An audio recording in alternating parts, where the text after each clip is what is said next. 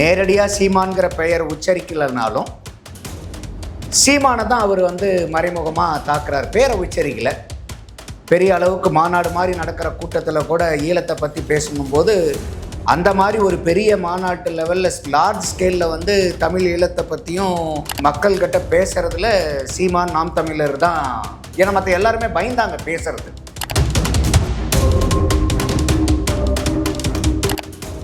இந்த மாதிரி பேசி திரள் நிதியை வசூல் பண்ணி இருந்திருக்கலாம் எழுத்தாளர் போல அப்படிங்கிற மாதிரி ஒரு டைலாக் அமீர் யூஸ் பண்ணுறாரு.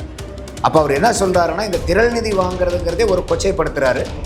அடுத்தது இந்த திரள் நிதி வாங்குறதுக்காகத்தான் ஈழத்தமிழர்களை பற்றி இவங்க நாம் தமிழரோ அவங்க கூட்டங்கள்லையோ பேசுகிறாங்கங்கிற மாதிரி ஒரு பொருள்படக்கூடிய, வெளிப்படையாக சொல்லலைனாலும் அவர் சொல்லக்கூடிய அந்த கருத்துக்கு நம்ம டீகோட் பண்ணோம்னா அதுதான் வருது.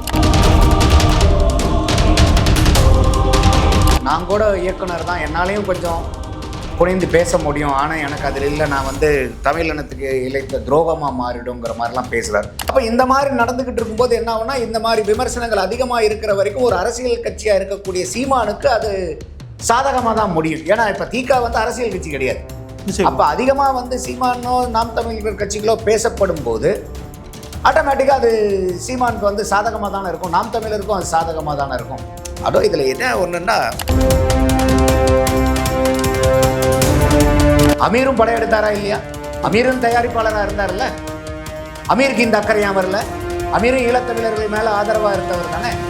இப்போ உங்களை மாதிரி பத்திரிகைகள் வந்து உங்களை மாதிரி ஊடகங்கள் பூரா இதை பற்றி பேசும்போது இன்னும் அதிகமாக இந்த விஷயங்களை பற்றி, நாம் தமிழரை பற்றி, சீமானை பற்றி அதிகமாக பேசப்படும் போது அது மக்கள்கிட்ட அதிகமாக போய் சேருதில்ல. அப்போ அரசியலில் வந்து நல்ல விமர்சனங்களோ கெட்ட விமர்சனங்களுங்களோ கிடையாது. யாரோ ஒருத்தர் பற்றியும் எப்பயுமே விமர்சனம் பண்ணிட்டு இருந்தால் அவங்க லைம் லைட்டில் இருந்தால் அதுவே அந்த அரசியல் கட்சிகளுக்கு வந்து சாதகமாக மாறும். ஆனால் திமுக இதில்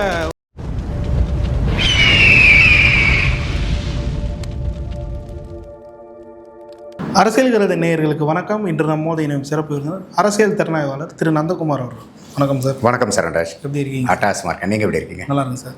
சார், சமீபத்தில் இயக்குனர் அமீர் அவர்கள் வந்து சீமான் அவர்கள் குறித்து பேசினது வந்து தற்போது வந்து சர்ச்சையாகியிருக்கு. குறிப்பாக மாநாடு போது, கூட்டங்கள் போது ஈழத்தை பற்றி தவறான கருத்துக்களை வந்து, பொய்யான கருத்துக்களை இங்கே சிலர் வந்து பரப்பித்து வராங்க அப்படின்ற ஒரு விஷயத்தை வந்து பேசியிருந்தார். இது திட்டமிட்ட சீமானை குறிவைத்து பேசியதாக தான் பார்க்கப்படுது. இந்த விடயத்தை எப்படி பார்க்குறீங்க சார் அவர் சொன்னதை? இது கட்டுநாயக்க வெற்றி அப்படிங்கிற ஒரு புத்தகத்தை சாந்திங்கிறவங்க ஏதோ எழுதி அது வந்து புத்தக வெளியீட்டு விழா வந்து நடக்குது. அதில் அழைத்தவர் கூட தலைமை தாங்கினவர் வந்து டேவிட் பெரியார்.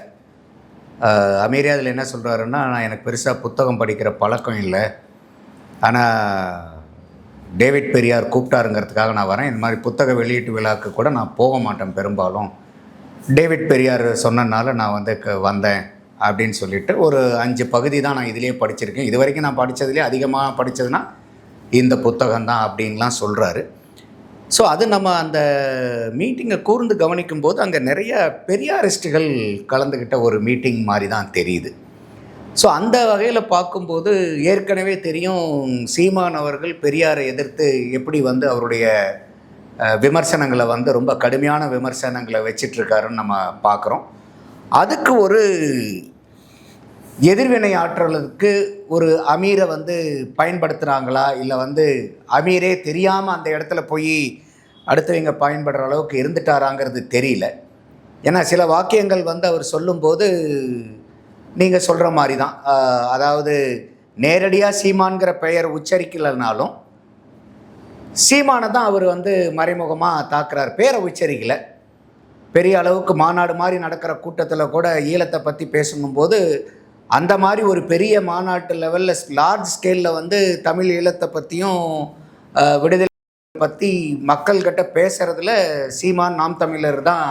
ஏன்னா மற்ற எல்லாருமே பயந்தாங்க பேசுகிறது. அவங்களுடைய பெயரையோ அவங்களுடைய உருவப்படத்தையோ வைக்கிறதுக்கே, உச்சரிக்கிறதுக்கே பயந்தாங்க. அந்த மாதிரி இருக்கும்போது இவர் அதை அதீதமாக பேசிட்டு வராரு, அதிகமாகவும் பேசுகிறாரு, அவர் தான் ஜாஸ்தியாக பேசுகிறாரு. அந்த மாதிரி இருக்கும்போது அவரை தான் குறிப்பிடுறாருங்கிறது வருது. நான் கூட இயக்குனர் தான், என்னாலையும் கொஞ்சம் புரிந்து பேச முடியும், ஆனால் எனக்கு அதில் இல்லை, நான் வந்து தமிழ் இனத்துக்கு இழைத்த துரோகமாக மாறிடுங்கிற மாதிரிலாம் பேசுகிறார். இந்த அளவுக்கு வந்து அவர் ஏன் பேசணுங்கிற தேவை என்னங்கிறது தெரியல.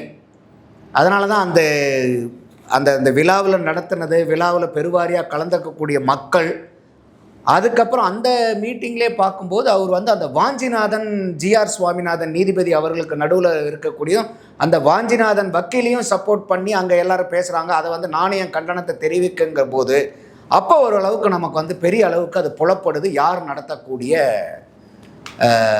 மீட்டிங் அதுங்கிறது. ஏன்னா இன்றைக்கி வாஞ்சிநாதனுக்கு பின்னாடி இருக்கக்கூடிய வக்கீல்னால் எல்லா வக்கீலும் எல்லா நீதிபதியெல்லாம் இல்லை. திமுக திகாவை ஆதரிக்கக்கூடிய அவங்க சைடில் இருக்கக்கூடிய வக்கீல்கள் சில பேரும் நீதிபதிகள், அந்த இதை சார்ந்த நீதிபதிகள், முன்னாள் நீதிபதிகள் அந்த அளவுக்கு. ஏன்னா சில அந்த இதில் இருக்கக்கூடிய நீதிபதிகள்லாம் அவங்க பல நேரத்தில் பேசினதெல்லாம் பார்க்கும்போது அவங்களுடைய சார்பு நமக்கு தெரிஞ்சிடும். ஸோ அப்போ அந்த மாதிரி ஒரு கூட்டத்துக்கு மத்தியில் போய் அமீர் பேசும்போது அவருக்கு ஒரு அழுத்தமாக இல்லை வந்து அவர் வந்து அந்த கூட்டத்தில் ஒரு பேர் எடுக்கணுங்கிறதுக்காக அவங்களுக்கு சீமானை பிடிக்காதுங்கிறனால இந்த மாதிரி ஒரு விமர்சனத்தை வச்சாராங்கிறது நமக்கு தெரியல. ஓகே சார், குறிப்பாக இப்போது தொடர்ச்சியாக இந்த மாதிரி விமர்சனங்கள் வந்து திருப்பி நாம் தமிழ் வந்து வைக்கப்பட்டே தான் வருது. இப்போ பெரியார் விவகாரத்தை வந்து சீமானவர்களுக்கு கையில் எடுத்தது வந்து மிகப்பெரிய ஒரு ஆதரவாத தலைத்தை தான் அவருக்கு ஏற்படுத்துச்சு. ஆனால் மீண்டும் அதை வந்து புட் பண்ணிகிட்டே இருக்காங்க. அது ஏன்னு நினைக்கிறீங்க? ஏன்னா எல்லா ஊடகங்களும் அதை வந்து வெளிக்காட்டுது. அவங்களுக்கு தீக்காக்காரங்களுக்கு இல்லை, அது அவங்களுக்கு பேக் ஃபயராக தானே சார் அமைது திருப்பி. ஆமாம், நீங்கள் எந்த விமர்சனத்துக்கும் ஒரு எதிர் விமர்சனம் உண்டு. அதாவது இப்போ சீமான் வந்து ஒரு விமர்சனத்தை வைக்கிறாருன்னா தீக்காக்காரங்க அதே மாதிரி சீமான் மேலேயும் எதிர் விமர்சனத்தை வைக்கத்தானே செய்வாங்க. இப்போ சீமானுக்கு பெரியாரை விமர்சிக்கிறது உரிமை உண்டு. விமர்சனத்துக்கு அப்பாற்பட்டவர்கள் யாரும் இல்லை. பெரியாரே இதை சொல்கிறாரு. அப்போ சீமான் வந்து பெரியாரை விமர்சிக்கும் போது சீமானையும் தீக்காக்காரங்க விமர்சிக்க தானே செய்வாங்க. அது தொடர்ந்து விமர்சிக்கிறாங்களா இல்லை விட்டு விமர்சிக்கிறாங்களாங்கிறது தெரியாது. அவங்களுக்கு ஒரு சந்தர்ப்பம் கிடைக்காத போது பூரா சீமானை ஏதாவது ஒரு வகையில் அட்டாக் பண்ண முடியாதான்னு அவங்க எதிர்பார்த்துக்கிட்டு இருப்பாங்க. ஆனால் அவங்க பேச இவங்களுக்கு இன்னும் வந்து வலுக்கூடும். எந்த அளவுக்கு வந்து இன்னும் அதிகமாக வந்து இவங்களுக்கு ஒரு கருத்துக்களை வந்து திராவிட சித்தாந்தங்களும் பெரியாருக்கும் எதிர்த்த கருத்துக்களை வைக்கிறதுக்கு இவங்களுக்கு இன்னும் ஒரு வாய்ப்பு கிடைக்கும். இவங்க அந்த மாதிரி ஏதாவது ஒரு விமர்சனங்கள் வைக்கும்போது அவங்களும் ஒரு பதில் விமர்சனம் வைப்பாங்க. அப்போ இந்த மாதிரி நடந்துக்கிட்டு இருக்கும்போது என்ன ஆகுனா, இந்த மாதிரி விமர்சனங்கள் அதிகமாக இருக்கிற வரைக்கும் ஒரு அரசியல் கட்சியாக இருக்கக்கூடிய சீமானுக்கு அது சாதகமாக தான் முடியும். ஏன்னா இப்போ திக வந்து அரசியல் கட்சி கிடையாது. அப்போ அதிகமாக வந்து சீமானோ நாம் தமிழர் கட்சிகளோ பேசப்படும் போது ஆட்டோமேட்டிக்காக அது சீமானுக்கு வந்து சாதகமாக தானே இருக்கும். நாம் தமிழருக்கும் அது சாதகமாக தானே இருக்கும். அதுவும் இதில் என்ன ஒன்றுன்னா, இந்த மாதிரி பேசி திரள் நிதியை வசூல் பண்ணி இருந்திருக்கலாம் எழுத்தாளர் போல அப்படிங்கிற மாதிரி ஒரு டைலாக் அமீர் யூஸ் பண்ணுறாரு. அப்போ அவர் என்ன சொல்கிறாருன்னா, இந்த திரள் நிதி வாங்குறதுங்கிறதே ஒரு கொச்சைப்படுத்துகிறாரு. அடுத்தது இந்த திரள் நிதி வாங்குறதுக்காகத்தான் ஈழத்தமிழர்களை பற்றி இவங்க நாம் தமிழரோ அவங்க கூட்டங்கள்லையோ பேசுகிறாங்கங்கிற மாதிரி ஒரு பொருள்படக்கூடிய வெளிப்படையாக சொல்லலைனாலும் அவர் சொல்லக்கூடிய அந்த கருத்துக்கு நம்ம டீகோட் பண்ணோம்னா அதுதான் வருது. இன்னொரு விஷயமும் சொல்லியிருந்தார்ல சார், இந்த கட்டுநாயக்கா விமானத்தள தாக்குதலை வந்து ஒரு படமாக எடுத்தால் ஹாலிவுட் ரேஞ்சுக்கு எடுக்கலாம், அதுக்கெல்லாம் வந்து ஈழத்தமிழர்கள் வந்து செலவு பண்ண மாட்டாங்க அப்படின்ற ஒரு விஷயத்தையும் மென்ஷன் பண்ணியிருக்காரு. இல்லை, அதாவது இப்போ நிறைய பேர் என்ன சொல்லுவாங்கன்னா, அவங்ககிட்ட இல்லையா அவன் நிறைய பேர்த்துக்கு இப்போ காசு கொடுக்கலாம்ல, ஏன் அவனை காசாக இல்லை மற்றவங்களுக்கெல்லாம் உதவலாம்லன்பான். யார் காசு இல்லை அடுத்தவனை பார்த்து கேட்பான். அவனுங்களாம் என்ன லட்சக்கணக்கில் சம்பாதிக்கிறான், அவன் ஒரு 1000 ரூபா செலவு பண்ணக்கூடாதா? சரி, லட்சக்கணக்கில் சம்பாதிக்கிறோம், 1000 ரூபா செலவு பண்ணிட்டோம். நீ 1000 கணக்கில் சம்பாதிக்கிற, நீ 5-10 செலவு பண்ணக்கூடாதா? பண்ணலாம். அப்போ அதை பண்ணிகிட்டு இருக்கிறவன் கேட்டானா பரவாயில்ல. இப்போ அமீருக்கு வந்து இந்த அக்கறை இருக்கிறத நம்மளால் புரிஞ்சிக்க முடியுது. அமீரும் படம் எடுத்தாரா இல்லையா? அமீரும் தயாரிப்பாளராக இருந்தார்ல. அமீருக்கு இந்த அக்கறை ஏன் வரல? அமீரும் ஈழத்தமிழர்கள் மேலே ஆதரவாக இருந்தவர் தானே, அதுக்காக போராடியவர் தானே, அதுக்காக களத்தில் நின்றவர் தானே. அப்போ யாரோ ஒருத்தர் லண்டனில் இருக்கக்கூடிய இலங்கை தமிழர் தான் வந்து இங்கே வேறு மாதிரியான படங்கள், கமர்ஷியல் படங்களை எடுக்கிறாங்க. அவங்க வந்து இந்த மாதிரி ஈழத்தை பற்றின படம் எடுக்கலன்னு நீங்கள் வருத்தப்படுறீங்களே, நீங்கள் ஏன் முயற்சி பண்ணக்கூடாது சார்? அமீர் சார், நீங்கள் அதை முயற்சி பண்ணலாம்ல. நீங்கள் ஏதாவது முயற்சி பண்ணி யாரும் உங்களுக்கு கிடைக்காம போயிடுச்சா? அப்போ இது எதுக்காக சொல்ல வரேன்னா, இது பொதுஜன புத்தி வெகுஜன மக்கள்கிட்ட நிறைய பேர்த்திட்ட இருக்குது. அவனுங்களாம் எவ்வளோ கோடி சம்பாதிக்கிறானுங்க, இவங்களுக்கு ஒரு 5 லட்ச ரூபா கொடுக்கூடாதா, 10 லட்ச ரூபா கொடுக்கூடாதா? அடுத்தவனுக்கு ஊருக்கு தான் உபதேசம் எப்பயுமே.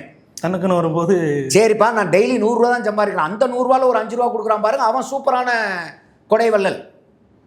ஆனால் அந்த 5 ரூபாயை கூட கொடுக்காம இவன் 1000 கணக்கில் சம்பாதிச்சு இவன் 5 பைசா 10 பைசா ஒரு பிச்சை எடுக்கிறவங்க கேட்பாங்க, இல்லைன்னு கேட்குறாங்க. பாவம், இன்றைக்கி பிச்சை எடுக்கிறவங்கள சில பேர்லாம் இப்போ என்ன தான் நிறைய பேர் சொல்லுவாங்க, இல்லைங்க பிச்சை எடுக்கிறவங்களுக்குலாம் எவ்வளோ காசு கிடைக்குது தெரியுங்களா அப்படின்பாங்க. சரி, நிறையா காசு கிடைக்குதுல்ல, நீ போய் பிச்சை எடுத்துருவியா? இப்போ நீ காசு கிடைக்குதுங்கிறதுக்காக நீங்களோ நானோ போய் பிச்சை எடுத்துருவோமா? அப்போ அதையும் மீறி அவன் எடுக்கிறான்னா அவனுடைய நிலைமை அவ்வளோ நிலை தாழ்ந்து இருக்குது. அந்த மாதிரி ஒரு வேறு வழியே இல்லைன்னு கையேந்திரங்களுக்கு அதுக்கு ஒரு 5 ரூபா 10 ரூபா போடுறதுக்கு இவ்வளோ வேக்கானங்கள் பேசுவாங்க. கேட்குறவங்களுக்கு ஒரு 5 ரூபா கொடுக்காதவன் அவன் அடுத்தவனை பார்த்து அந்த நடிகன் எவ்வளோ சம்பாதிக்கிறான், இவங்களுக்கு எவ்வளோ கொடுக்கலாம், அந்த பிஸ்னஸ்மேன் எவ்வளோ சம்பாதிக்கிறான், இதுக்கு எவ்வளோ கொடுக்கலாம், அந்த கட்சிக்காரன் இதுக்கு, இப்படி ஊருக்கு உபதேசம் பண்ணிட்டு இருப்பான். தான் சம்பாதிக்கிறதுல 5 பைசா அடுத்த 9 பைசா இன்னொருத்தன் கொடுக்க மாட்டான். அந்த மாதிரி இப்போ அமீர் அவர்கள் லண்டன் வாழ் ஈழத்தமிழர்கள் ஏன் இந்த கட்டுநாயக்கா படத்துக்கு எடுக்கலை அப்படின்னு கேட்குறவர், ஏன் நீங்கள் முன்னின்று அதை செஞ்சுருக்கக்கூடாது? உங்களுக்கு அந்த நோக்கம் இருக்குல்ல, ஒருவேளை அவருக்கு அந்த நோக்கம் கூட இல்லாமல் இருந்திருக்கலாம். உங்களுக்கு ஒரு நோக்கம் இருந்து நீங்கள் அதை செயல்படுத்த விரும்பலை. அப்போ இந்த கேள்வியை நம்ம அமீரை பார்த்து கேட்க வேண்டிய கட்டாயம் வருது இல்லையா? நிச்சயமா சார். ஆனால் அந்த புத்தக வெளியீடுகள் திருமாவளவன் அவர்கள் கலந்துக்கிறாரு. தொடர்ச்சியாக ஊடகங்களில் நாம் தமிழரை எப்படியாச்சும் முடக்கி வேண்டும் சொல்ல செயல்படக்கூடிய முக்தார் அவர்கள்லாம் கலந்துக்கிறாரு. இப்போ அந்த இடத்துல இப்போது நாம் தமிழரை பற்றி மறைமுகமாக பேசுகிறாங்கன்ற பட்சத்தில் மக்கள் பார்வையில் இப்படி எப்படி எதிரொலிக்கு? ஏன்னா வேற ஒரு விதயத்துக்கு வந்திருக்காங்க, அதை பற்றி பேசாமல் நாம் தமிழர் குறித்தும் அவங்கள மறைமுகமாக விமர்சிக்கிறாங்களே, இது எதுக்குன்ற ஒரு கேள்வியும் மக்கள் இதை எழ தொடங்கி இருக்கும்ல சார், இந்த மாதிரி விஷயங்களை இவங்க பண்ணுறப்போ. ஆமாம், இப்போ அதனால தானே நீங்களே இப்போ இது ஒரு டிபேட் ஆகிருக்கு. இப்போ நீங்கள் ஒரு கேள்வி கேட்குறீங்க, அப்போ இந்த கேள்வி கேட்கும்போது நம்ம பதில் சொல்கிறோம். இல்லை அவங்களே தெரியாமல் ஸ்கோப் தராங்களா எப்படி? அதுதான் இல்லை, எல்லாத்துக்குமே அவங்களுக்குன்னு ஒரு மைலேஜ் இருக்குன்னு எதிர்பார்ப்பாங்க. எந்த ஒரு விஷயத்துலையுமே ஒவ்வொருத்தரும் அதில் ஒரு மைலேஜ் எடுக்க முடியாதான்னு பார்ப்பாங்க. ஆனால் நீங்கள் எந்த ஒரு மைலேஜ் எடுக்கும்போதும் அதை நீங்கள் யாரை எடுத்து பேசுகிறீங்களோ அவங்களுக்கும் ஒரு மைலேஜாக மாறும் இல்லையா? ஒரு நாணயம் இருக்குன்னா அந்த நாணயத்துக்கு 2 பக்கங்கள் இருக்குல்ல. நிச்சயமா நீங்கள் ஒரு பக்கத்தை மட்டும் பார்த்துட்டு எடுக்கும்போது இன்னொரு பக்கம் இருக்குல்ல. அப்போ இன்னொரு பக்கம் அதை விட பலமாக இருந்தால் அது அவங்க அதிக மைலேஜ் எடுத்துகிட்டு போயிட போகிறாங்க. அப்போ நீங்கள் இப்போ சும்மா இருந்த சங்க ஊதி கெடுத்த ஆண்டிங்கிற மாதிரி இப்போ நீங்கள் இந்த மாதிரி விமர்சனங்களை வைக்கும்போது இப்போ உங்களை மாதிரி பத்திரிகைகள் உங்களை மாதிரி ஊடகங்கள் பூரா இதை பற்றி பேசும்போது இன்னும் அதிகமாக இந்த விஷயங்களை பற்றி, நாம் தமிழரை பற்றி, சீமானை பற்றி அதிகமாக பேசப்படும் போது அது மக்கள்கிட்ட அதிகமாக போய் சேருது இல்லை. அப்போ அரசியலில் நல்ல விமர்சனங்களோ கெட்ட விமர்சனங்களுக்கெல்லாம் கிடையாது. யாரை ஒருத்தர் பற்றியும் எப்பயுமே விமர்சனம் பண்ணிக்கிட்டு இருந்தால் அவங்க லைம்லைட்டில் இருந்தால் அதுவே அந்த அரசியல் கட்சிகளுக்கு சாதகமாக மாறும். ஆனால் திமுக இதில் ஒரு நல்ல ரோல் ப்ளே பண்ணிட்டு இருந்து இவ்வளோ நாட்களாக நாம் தமிழர் பெரிய ஒரு பிம்பமாக காட்டாமல் அவங்க எது பண்ணாலும் கில்லிங் இன் சைலன்ஸே பண்ணிட்டு வந்தாங்க. இப்போ திமுகவாக இருக்கட்டும், அதோட கூட இருக்கக்கூடிய டிகாவாக இருக்கட்டும், இப்போது அந்த கில்லிங் இன் சைலன்ஸை மறந்துட்டாங்களா? ஏன்னா அவங்களை எதிர்த்து தான் ஆகணுன்ற ஒரு சுச்சுவேஷன் வந்துட்டாங்களான்ற ஒரு கேள்வி எழ தொடங்குது. சீமான் எதனா கருத்தை வச்சா அதுக்கு திமுகலேருந்து இப்போ பதில்கள் வர ஆரம்பிச்சிருக்கு. இந்த வளர்ச்சி எதனால் நினைக்கிறீங்க சார்? அதாவது சீமான் ஆரம்பத்தில் அந்த திராவிட கொள்கைகளை மட்டும் எதிர்த்துட்டு வந்தார். ஆனால் இதுக்கெல்லாம் மூல காரணமாக இருக்கிற யாருன்னு சொல்லிட்டு அந்த பெரியாருன்னு சொல்லிட்டு அந்த மூலாதாரத்தையே நம்ம அடிக்க ஆரம்பிக்கும் போது அவங்களுடைய ஒரே அடியாக அவங்கள வீக்கன் பண்ண முடியுங்கிறது சீமானுடைய ஸ்ட்ராட்டஜியாக இருக்கிறத நம்மளால் பார்க்க முடியுது. ஸோ அப்போ கொள்கையை மட்டும் பேசுகிறத விட அந்த கொள்கை தலைவர்னு ஒருத்தர் இருக்கார்ல, அவரை நம்ம பண்ணும்போது கட்டாயமாக நீங்கள் எதிர்வினை ஆற்றி தானே ஆகணும். அப்போ இது பிளான் பண்ணி தான் பண்ணுறாங்க. ஆமாம், இது சீமானுக்கும் ஒரு ஸ்ட்ராட்டஜி தான். அவருக்கு ஒரு திராவிடத்தை மட்டும் கொள்கையை பற்றி மட்டும் பேசுகிறத விட இன்றைக்கி பெரியாரை பற்றியும் நம்ம கொண்டு வரலாம். அவர் தமிழ் இனத்துக்கு எகென்ஸ்டாகவும், தமிழ் மொழிக்கு எகென்ஸ்டாகவும், தமிழ் பண்பாட்டுக்கு எகென்ஸ்டாகவும் என்னென்னலாம் பேசியிருக்காரு. அவர் ஒன்றும் இட்டுக்கட்டு பேசலை. இருக்கக்கூடிய தரவுகள் அவர் பேசுகிறதுல அந்த ஒரே ஒரு நிகழ்வுகளுக்கு மட்டும் இன்றைக்கி வரைக்கும் சாட்சியங்களையோ ஆதாரங்களையோ அவரால் கொடுக்க முடியல. அதாவது காம இச்சை வந்தால் நீ அக்கா தங்கச்சிங்கெலாம் பார்க்காத அப்படிங்கிற மாதிரிலாம் அந்த ஒரு கருத்துக்கு இன்றைக்கி வரைக்கும் பார்த்தீங்கன்னாக்கா அவங்களுக்கு சான்றுகள் நாம் தமிழர் சைட்லேருந்து எந்த இடத்துலையும் பொதுவெளியில் வைக்கல. கேட்கும்போது கோர்ட்டில் வரும்போது நாங்கள் அதில் கோர்ட்டில் பேசிக்கிறோங்கிறதான் சொல்லியிருக்காங்க. ஆனால் அதை தவிர மீதி அவங்க பேசின அத்தனைக்கும் அவங்களால சான்று கொடுக்க முடியுது. சான்று இல்லாமல் பேசலை. அப்போ இது ஒரு அவங்க நாம் தமிழர்களுடைய ஸ்ட்ராட்டஜி. அப்போ திராவிடம் மட்டும் பேசாமல் அந்த திராவிடத்தை யார் அந்த திராவிடத்தினுடைய தந்தைன்னு சொல்லக்கூடிய பெரியாரை எடுத்து அடிக்கும்போது இன்னும் அந்த திராவிடத்தை அதிகமாக நீர்த்து போக வைக்க முடியும். மக்கள்கிட்ட இன்னும் தமிழ் தேசியத்தினுடைய கொள்கையை ஈஸியாக கடத்த முடியும் அப்படிங்கிற ஒரு ஸ்ட்ராட்டஜியில் தான் அவங்க இதை பண்ணுறாங்க. அதிலெல்லாம் அதுதான் அந்த கேள்வி தான் சார். இப்போ பெரியாருக்குன்னு இருந்த பிம்பம் இவ்வளோ நாட்களாக திமுக ஒரு கட்டமைப்பு தமிழக மக்கள் மத்தியில் ஏற்படுத்தி வருதுன்னு வைக்கலாம். இப்போ நாம் தமிழர் அவர் செய்யக்கூடிய எதிர்வினையான விஷயங்களெல்லாம் பொது வெளியில் போட்டு உதைக்கிறாருன்றப்போ அந்த பிம்பம் உடையும் போது அவருக்கு மேலே இருக்கக்கூடிய அந்த ஓட் கன்வர்சேஷனும் குறையுன்றீங்களா? அந்த திமுக ஆதரவாக போகக்கூடிய அந்த ஓட்களும் குறையுன்றீங்களா இப்போ சீமான் இந்த மாதிரி பண்ணுறப்போ? யாருக்கு? திமுக குறையணும். இப்போ கட்டாயம் இப்போ என்னென்னா இன்றைக்கி தமிழ்நாட்டில் இவங்க ஒன்றும் இல்லை. இப்போ சமீபத்தில் மோடி வந்துட்டு போனார். மோடி இன்றைக்கி சோழர் பெருமையை பற்றி அவ்வளோ தூரம் பேசிட்டு சோழர்களுக்கு சிலை வைக்கணுன்ட்டு போகிறாரு. 1000 ரூபாய் நாணயமும் லான்ச் பண்ணிட்டு போகிறார். இந்த சோழர் பெருமையை பூரா திமுக காரங்க இது வரைக்கும் பேசியிருக்காங்களா? இல்லை, ஆனால் இப்போ ஒரு அறிக்கை வெளியிட்டிருக்காங்களா சார், கரிகால மன்னனுக்கு வந்து. அப்போது இது நாள் வரைக்கும் நீங்கள் திமுகவினுடைய கொள்கை எல்லாம் என்னென்னா திராவிடம் திராவிடம் திராவிடம், பெரியார் அண்ணா பெரியார் அண்ணா கலைஞர், பெரியார் அண்ணா கலைஞர் இப்படியே பேசி இந்த தமிழ்நாடே இந்த 3 பேர் இன்னைக்கு இருக்கக்கூடிய தமிழ்நாட்டுக்கு இந்த 3 பேர் தான் காரணங்கிற அளவுக்கு அவங்க வந்து நிர்ணயம் பண்ணிட்டாங்க. அவங்க தான் முப்பெரும் தலைவராக இருக்காங்க. அவங்க தான் வந்து இன்னைக்கு அவங்க 3 பேரும் இல்லைன்னா தமிழ்நாடே இல்லைங்கிற அளவுக்கு. அது இன்னும் குறிப்பாக சொன்னால் இந்த 4 வருஷ திமுகவுடைய திராவிட மாடல் ஆட்சியில் தான் தமிழ்நாடு இன்னைக்கு இருக்கக்கூடிய நிலைமையில் இருக்குதுங்கிற அளவுக்கு ஏகப்பட்ட கட்டுக்கதைகளை வந்து அவங்க கட்டிட்டு இருக்காங்க. இப்போ ஆர்எஸ் பாரதி என்ன சொன்னார்? தமிழ்நாட்டில் தான் வந்து பார்த்தீங்கன்னா நாய்ங்க கூட பிஏ படிக்குதுன்றார். இப்போ திமுக கட்சியில் யார் யாரெல்லாம் பிஏ படித்தாங்கங்கிறதெல்லாம் இதை கேட்டாங்கன்னாவே ஆர்எஸ் பாரதிக்கு அவங்க பதில் சொல்லணும். இப்போ ரோட்டில் போகிற நாய் அப்புறம் பிடிச்சி பார்க்கணும் நம்ம பிஏ படிச்சிருக்குதான். அதே மாதிரி என்ன சொல்கிறாரு, இன்றைக்கி உயர்நீதிமன்றத்தில் வந்து இன்றைக்கி பட்டியலின வகுப்பை சார்ந்தவங்க போகிறதுனா அதெல்லாம் நாங்கள் திராவிடம் போட்டால் பிச்சைங்கிறார். இப்போ இவருக்கெல்லாம் அயோத்திதாச பண்டிதரை பற்றிலாம் தெரியாதா? எந்த ஆண்டில் அவர் பிறந்தார்? 1845. அப்போல்லாம் அவங்க இந்த சுதந்திரத்துக்கு முன்னாடி எத்தனை வருஷம், சுதந்திரத்துக்கு 100 ஆண்டுகளுக்கு முன்னாடி வந்து அவங்க இந்த மக்களுக்காக இந்த சமூகத்துக்காக எவ்வளோ போராடி இருக்காங்க இல்லையா? இரட்டைமலை சீனிவாசன் அதை தானே இப்போ முப்பெரும் விழாவாக கூட சமீபத்தில் நாம் தமிழரும் அவங்க இன்னொரு இயக்கமும் சேர்ந்து பண்ணாங்க. அப்போது இவங்க கட்டமைக்கிறது என்னன்னா, இந்த திராவிட இயக்கம்னு ஒன்று இல்லைன்னா தமிழ்நாடே இல்லை. திருவள்ளுவர் எங்கேருந்து வந்தார்? வள்ளலார், திருவருட்பிரகாச வள்ளலார் எங்கேருந்து வந்தாங்க? இது வந்து எவ்வளோ பெரிய ஞானம் பெற்ற பூமி இல்லையா? எவ்வளோ படைப்பாளிகள் இருந்த பூமி, எவ்வளோ படிப்பாளிகள் இருந்த பூமி. இல்லை சார், இப்போது திமுக இன்னமும் இந்த சோஷியல் மீடியா வளர்ந்ததாக தெரியாமல் இதெல்லாம் பேசிட்டு வராங்கன்னு நினைக்கிறீங்களா எப்படி சார்? இல்லை, அதாவது திமுகவை வந்து நம்ம அப்படியே அண்டர் எஸ்டிமேட் பண்ணக்கூடாது. இன்றைக்கி வந்து ஒரு ஐடி விங்கில் வந்து ஸ்ட்ராங்காக இருக்கக்கூடிய கட்சியில் திமுகவும் ஒன்று. ஷோர். அவங்க வந்து இன்றைக்கி ஒரு நேரட்டிவை செட் பண்ணுறத ஒரு இட்டுக்கட்டி பேசி அதை, அதாவது ஒரு பொய்யையே உண்மையாக மாற்றக்கூடிய வல்லமை இருக்கக்கூடிய ஐடி விங்கு நீங்கள் டிஎம்கேயில் இருக்காங்க. அதிலலாம் நம்ம மாற்றுக்கிறது இல்லை. ஆனாலும் இன்றைக்கி அந்த அளவுக்கு ஈக்குவலாக வந்து நாம் தமிழர்களுடைய ஐடி விங்கும் வளர்ந்துக்கிட்டு இருக்கு பெரிய அளவுக்கு. ஏன்னா இன்றைக்கி நாம் தமிழர் கட்சி இந்த அளவுக்கு இன்றைக்கி வந்து வளர்ந்து இன்றைக்கி அங்கீகாரம் பெற்ற கட்சியாக இருக்குன்னா இதுக்கு வந்து ஐடி விங், நாம் தமிழர் கட்சியினுடைய ஐடி விங்கினுடைய பங்களிப்பு பெரிய பங்களிப்பு இதில்.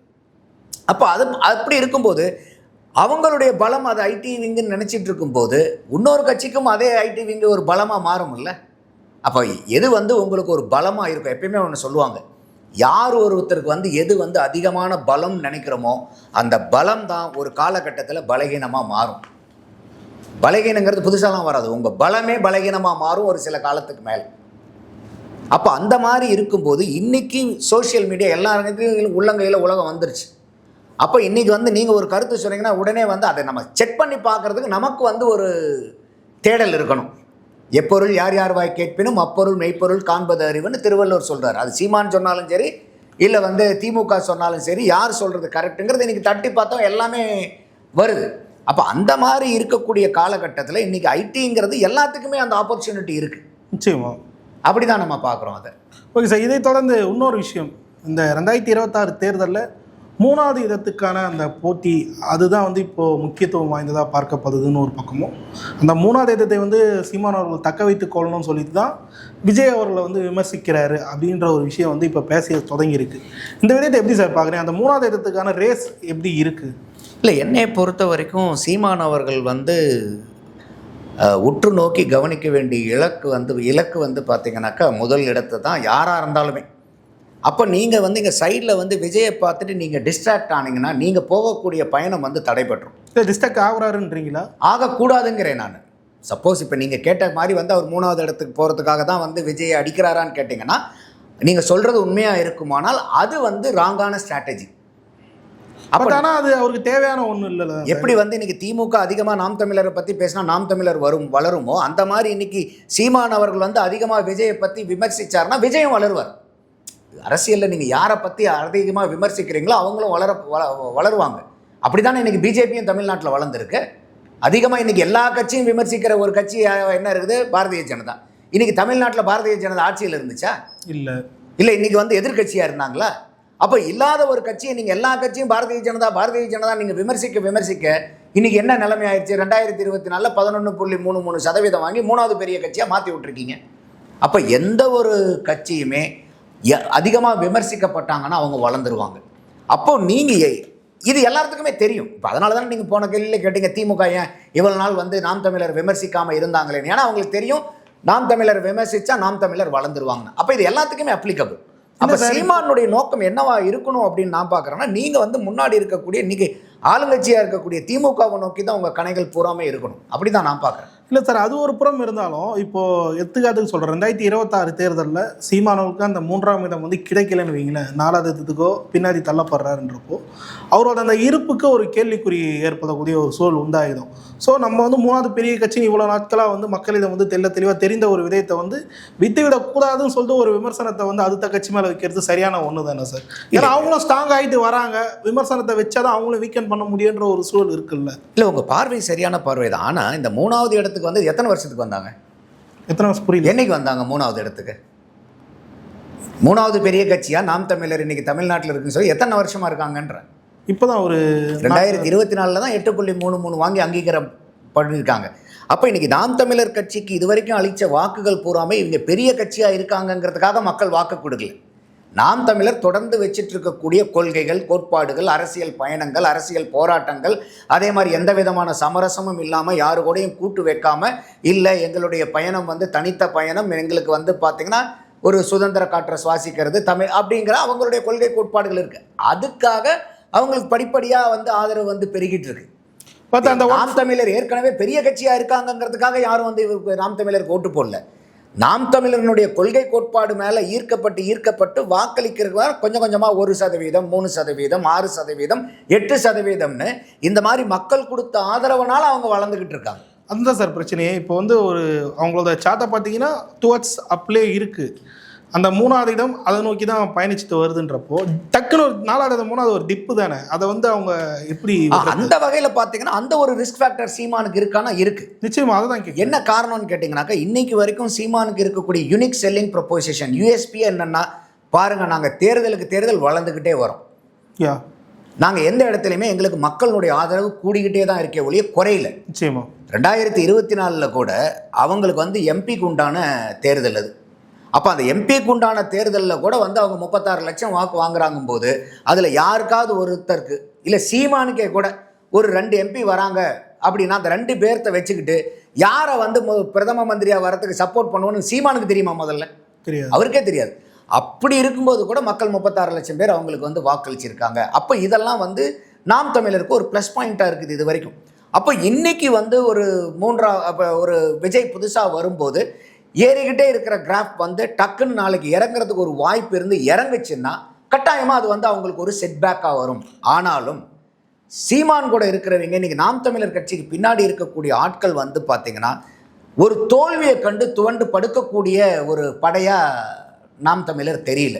ஏன்னா அவங்க வந்து தோல்வியை மட்டுமே தான் பார்த்துக்கிட்டு வராங்க இன்றைக்கி வரைக்கும். ஒரு அங்கீகரிக்கப்பட்ட கட்சிங்கிறது வந்து அவங்களுக்கு ஒரு இலைப்பாறுதல், அவ்வளோதான். அப்பாடா ஒரு 8% தாண்டிட்டோம்டா, அங்கீகரிக்கப்பட்ட மாநில கட்சியாக மாறிட்டோம்டா அப்படிங்கிற ஒரு இலைப்பாறுதல். ஆனால் இன்னைக்கு வரைக்கும் ஏதாவது ஒரு வெற்றி அவங்களுக்கு வந்திருக்குதா? ஒரு வெற்றியும் இல்லை இன்னைக்கு வரைக்கும். அப்போ இந்த 2026 நீங்கள் கேட்குற மாதிரி ஒருவேளை அவங்களுக்கு வந்து இந்த 8.22% கீழே வர்றதாலும் அவங்கக்கிட்ட இருக்கக்கூடிய கூட்டம் அதை கண்டு துவளக்கூடிய கூட்டமாக எனக்கு தெரியல. இதையும் ஒரு படிக்கெல்லாம் தூக்கி மேலே போட்டு அடுத்த கட்டத்துக்கு நவரலாங்கிற யோசிக்கக்கூடிய கூட்டமாக தான் இன்றைக்கி வரைக்கும் அவங்க இருக்காங்க. சீமானும் அப்படி தான் சொல்லி அதை கட்டமைச்சிட்டு வராரு. ஆனாலும் இந்த 2026 ஏற்கனவே வாங்கின 8.22% விட அதிகமாக 10%, 12%, 15% போயிட்டார்னா அசைக்க முடியாத மாபெரும் சக்தியாக தமிழ்நாட்டில் சீமான் வந்து உருவெடுத்துருவார். Super star. அரசியல் பாலிடிக்ஸில் அவர் தான் சூப்பர். ஏற்கனவே அவர் தான் சொன்னார்ல, நம்ம தாண்டா சூப்பர் ஸ்டாருங்கிற மாதிரி. அது வந்து உண்மையாக இந்த 2026 தேர்தலில் அவர் டபுள் டிஜிட்டுக்கு மேலே வந்து பர்சன்டேஜ் போட்டார்னா தமிழ்நாடு பாலிடிக்ஸில் is a super star. Sir, ஆனால் இறுதியாக ஒரே கேள்வி சார். இந்த விடயத்தில் விஜய் அவர்களை விமர்சிக்கிறது இன்னொரு காரணமாக வந்து பார்க்க போதில்லை. இவ்வளோ நாட்களாக திராவிட கட்சியில் இங்கே மாறி மாறி ஆட்சியில் இருக்காங்க.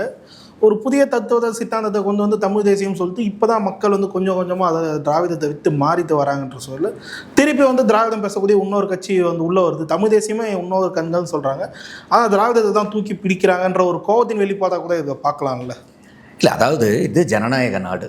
நீங்கள் எந்த கொள்கையை பேசணும், யாரை தூக்கி பிடிக்கணும், இல்லை அவங்க அந்த ஒரு சர்க்கிள்குள்ளே வந்துடுறாங்களே சார், திராவிடம்ன்ற ஒற்றை கோர்வையில் வரும்போது அதை விமர்சிக்கிறது ஏற்றுக்கூடிய ஒன்றா மாறி. இல்லை, கொள்கையை நீங்கள் விமர்சிக்கலாம், யார் வேணால் விமர்சிக்கலாம், அதெல்லாம் எந்த மாற்று கருத்தும் முன்னாடியே பேசியிருக்கணும். ஆமாம், இது சரி, நீங்கள் தனி மனித விமர்சனத்தை தவிர்த்துட்டு இப்போ நான் அதுதான் சொல்கிறேன். இப்போ சீமானுக்கு எப்படி திராவிடத்தை விமர்சிக்கிறதுக்கு முழு உரிமை இருக்கோ, அதே மாதிரி திராவிடம் சார்ந்தவங்களுக்கு நீங்கள் தமிழ் தேசியத்தையும் விமர்சிக்கிறதுக்கு அவங்களுக்கு உரிமை இருக்கும் இல்லையா? விமர்சனத்துக்கு அப்பாற்பட்டவர்கள் யாராவது இருக்காங்களா? இல்லை. ஆனால் இதில் இன்னைக்கு வரைக்கும் பாருங்கள், விஜய் அவர்களுடைய கட்சி சீமான் பேசின எந்த பேச்சுக்குமே இது வரைக்கும் அவங்க எதிர்வினை ஆற்றலை. எங்கேயாவது இது வரைக்கும் விஜய் சீமான் பேசின எவ்வளவோ சீமான் விமர்சனம் வச்சுட்டார், விஜய் மேலேயும் அவங்க கட்சி மேலேயும் கொள்கைகள் மேலேயும். இன்னைக்கு வரைக்கும் ஏதாவது டிவிக்கிலேருந்து சீமானை பற்றி ஏதாவது பேசியிருக்காங்களா? பேசியிருக்காங்களே சார். என்ன பேசியிருக்காங்க? நிறைய பேர் யூடியூப்பில் விட்டுருங்க, கட்சி அஃபிஷியலாக சொல்கிறேன். அஃபிஷியலாக இன்னைக்கு ஒரு கட்சியினுடைய அறிக்கையிலே முக்கிய பொறுப்பாளர்கள் பேசியிருக்காங்க. யாராவது ஒருத்தர் வந்து சீமானை வந்து அவங்க தாக்கி பேசியிருக்காங்களா? முக்கிய பொறுப்பாளர் லயோலாமணி போன்றவர்களாம் பேசியிருக்காங்க. அவங்களாம் வந்து மூன்றாம் கட்டத்தில் முக்கிய பொறுப்பாக. இப்போ உதாரணத்துக்கு வந்து புஷி ஆனந்த், இல்லை வந்து ஆதவ அர்ஜுனாவோ இல்லை விஜயோ எங்கேயாவது ஏதாவது ஒரு இடத்துல வந்து நாம் தமிழரை தாக்கி பேசியிருக்காங்களா? இல்லை. ஸோ அப்போ வந்து இது அவங்கவுங்க எடுக்கக்கூடிய ஸ்டாண்ட் இது.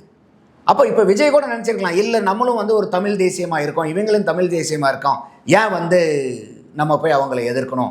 இல்லை இன்னொரு காரணமாக கூட இருக்கலாம், இல்லை நம்ம வந்து சீமான் அவர்களை நம்ம போய் ஃபோக்கஸ் பண்ணும்போது சீமான் அதிகமாக வளர்ந்தாருன்னா, ஏன்னா விமர்சிக்கப்படும்போது அது any publicity is a good publicity in politics. அப்போ அந்த மாதிரியும் ஒரு நோக்கமாக இருக்கலாம். ஸோ என்ன காரணங்களாக வேணாலும் இருக்கலாம். ஆனால் அவர் எதிர்வினை வைக்காததான் அவருக்கு ஒரு பேக் ஃபயர் ஆகக்கூடிய விஷயம் இல்லை. இப்போ இல்லை, அது நிறைய இடத்துல வந்து பார்த்தீங்கன்னாக்கா, அதாவது அந்த முதல்ல ஒரு இன்சிடென்ட் நடந்துச்சு. ஒன்றா ரோட்டுக்கு அந்த பக்கம் நில்லு, இல்லைனா ரோட்டுக்கு இந்த பக்கம் நில்லு, நடுவில் நின்று அடித்து செத்து போயிடலாம், வண்டி அடித்து செத்து போயிடுவார். அவர் சொன்னது வந்து அந்த நோக்கத்தில் சொல்லலை, அது வந்து ஒரு உதாரணமாக காட்டுறார். ஆனால் அதுக்கு கூட வந்து விஜய் சைடில் இருந்தும் அந்த கட்சியிலேருந்து எதிர்வினை ஆட்டாதது அந்த நேரத்தில் சீமானுக்கு தான் மைனஸாக போச்சு, விஜய்க்கு அது ப்ளஸ்ஸாக போனதை நம்மளால் சமூக வெளியில் நம்ம பேசுகிறோம் இல்லையா? நம்ம குடும்பத்தில் இருக்கிறவங்களும் பேசுவாங்க இல்லையா? எல்லா இடத்துலையும் நம்ம ஃப்ரெண்ட்ஸுங்க எல்லாத்துக்கிட்டையும் பேசுவோம் இல்லையா? பரவாயில்லடா, இந்த அளவுக்கு அவர் சொல்லி கூட பாரு, இருந்தாலும் ஒன்றுமே பேசலை. அந்த இடத்துல சீமானுக்கு அது வந்து அந்த வார்த்தை அவருக்கு வந்து ஒரு செட்பேக் ஆனதை என்னால் கண்கூடவே பார்க்க முடிஞ்சுது.